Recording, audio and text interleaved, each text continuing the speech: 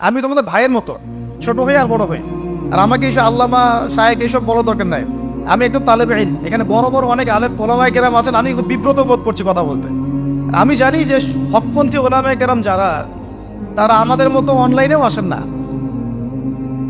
এই ফেসবুক ইউটিউবে ভিডিও পাবেন না এমনও আলেম বাংলাদেশে আছেন জানেন, যারা বহু আলেম তৈরি করছেন, মাদ্রাসা খেদমত করছেন।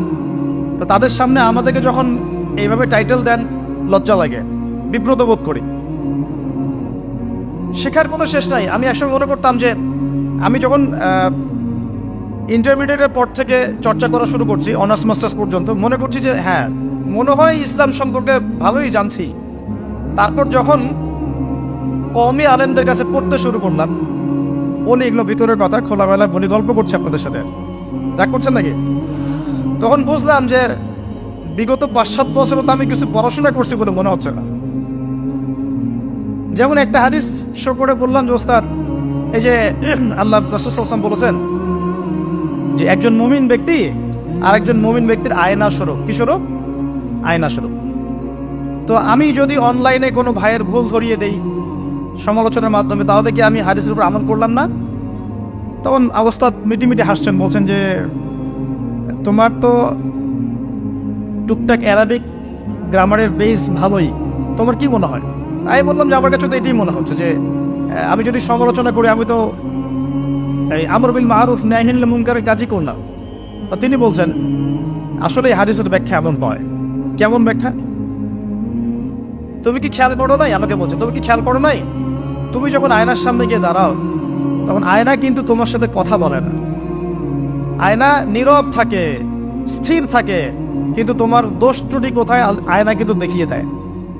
মনে করেন, বোঝাচ্ছি, মনে করেন আপনার গাল কেটে গেছে, আপনি আয়নার সামনে দাঁড়িয়েছেন, আয়না কিন্তু আপনাকে বলে দিবে না এই যে তোমার গাল কাটা, এই ছেলে তোমার গাল কাটা, হ্যাঁ এই মেয়ে, এই ছেলে তোমার এই সমস্যা ওই সমস্যা, বলবে?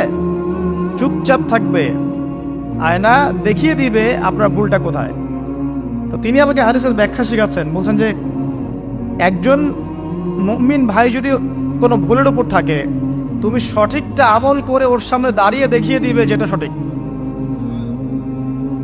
তো বুঝলাম, যতদিন যাচ্ছে আমি বুঝতে পারছি যে আসলে এই জ্ঞানের সমুদ্র যে কত গভীর, 100 বছর হায়াত দিলেও মনে হয় শেষ করতে পারবে না। তো প্রিয় যুব ভাইরা, নসিহত করছি, সেটা হচ্ছে যে দিনের জ্ঞান অর্জন করতে হবে। জ্ঞান অর্জনের কোনো বিকল্প নাই। আর জ্ঞান অর্জনের জন্য শুধুমাত্র ফেসবুক ইউটিউব যথেষ্ট নয়। এগুলো কনস্ট্রাকটিভ কোনো মাধ্যম নয়, বরং ফিতনা ছড়াবে এগুলো কিন্তু বেশিরভাগ ক্ষেত্রে ফিতনাই ছড়াচ্ছে।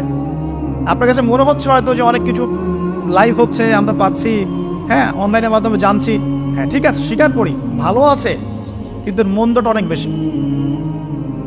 এর মধ্য দিয়ে আলেমে বিভক্তি হয়ে গেছে।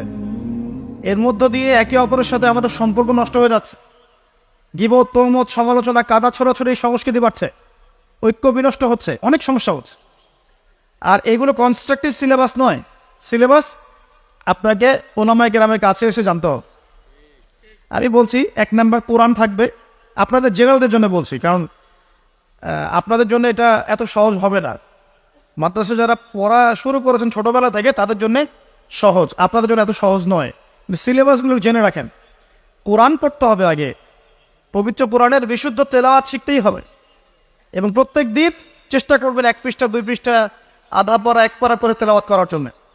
তেলাওয়াতের কোনো বিকল্প নাই, প্রত্যেক হরফে 10 নাকি পাবেন ইনশাআল্লাহ। এরপরে এর ভাষা আছে, কোরআনিক গ্রামার আছে, নাহু সরফের অনেক বই আছে, এগুলো পড়তে হবে। আর এই বইগুলো আপনি একা পড়তে পারবেন না। এই বইগুলো পড়তে হলে ওস্তাদ লাগবেই। এক একটা বই 2 বছর করে পড়তে হইতে পারে, পড়তে হবে। যদি আপনি কোরআন জানতে চান, বুঝতে চান, পড়তে হবেই। আর যদি মনে করেন না আমার এত জানা বোঝার দরকার নাই, সেটা আলাদা বিষয়। তখন আপনি ওলামায়ে কেরামের কাছে গিয়ে জিজ্ঞাসা করে মাসালা নিয়ে নেবেন।